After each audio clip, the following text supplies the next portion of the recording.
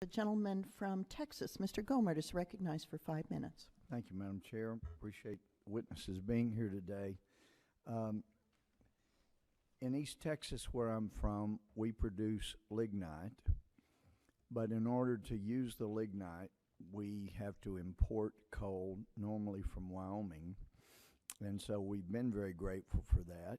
But the coal workers there in East Texas tell me that the federal government has made it so hard and expensive to get what they need, and that, you know, for all of the promises that appear to have been broken, one that seems to have been kept was that if you're providing energy with coal, you know, your rates are going to go sky high.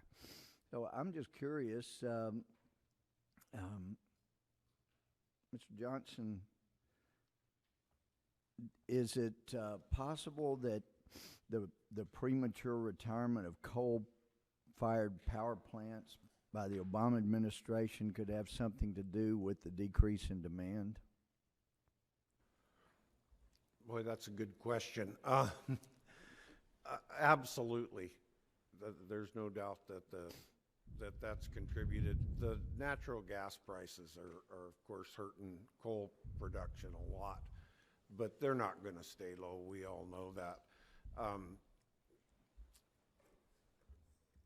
You know, the renewables they talk about, and they're great, but they're very expensive. Germany's found that out already. They're losing a lot of their production. You're talking about the bird choppers, those big fans that cut up birds The that fly bird by, chopper. right? Yeah. Yes, and the solar. They've come down in price, but they're not competitive.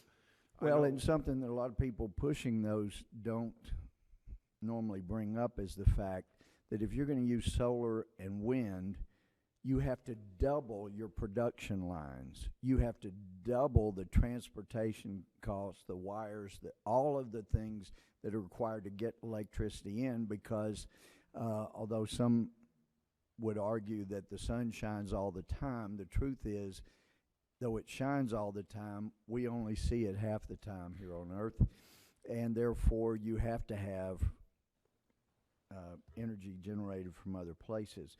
Well, I apologize for coming in late, but I was visiting with a woman who has dedicated her adult life to public education.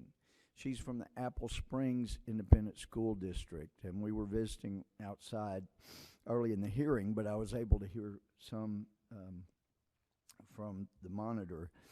But I know my friend from Montana, our Navy SEAL here in Congress, was pointing out that the testimony previously had been that, you know, this dramatic cut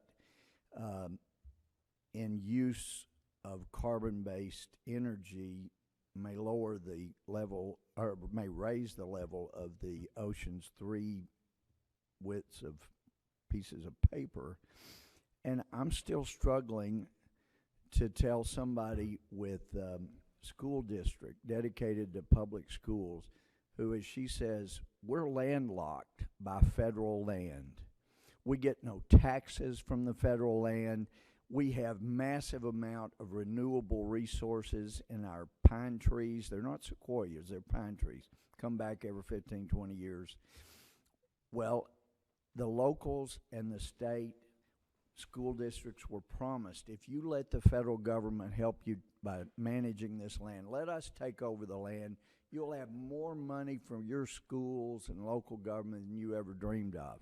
It worked well for a little while, but now we have the Department of Interior coming in and saying, no, you can't even cut down those trees that died during the drought or during the storm. We're going to let them stay there and the bugs infest so that kills off the good timber too.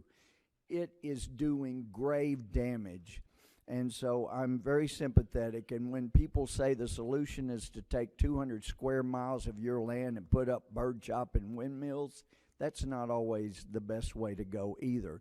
Let the local people have control of their land without the federal government coming in and killing the jobs.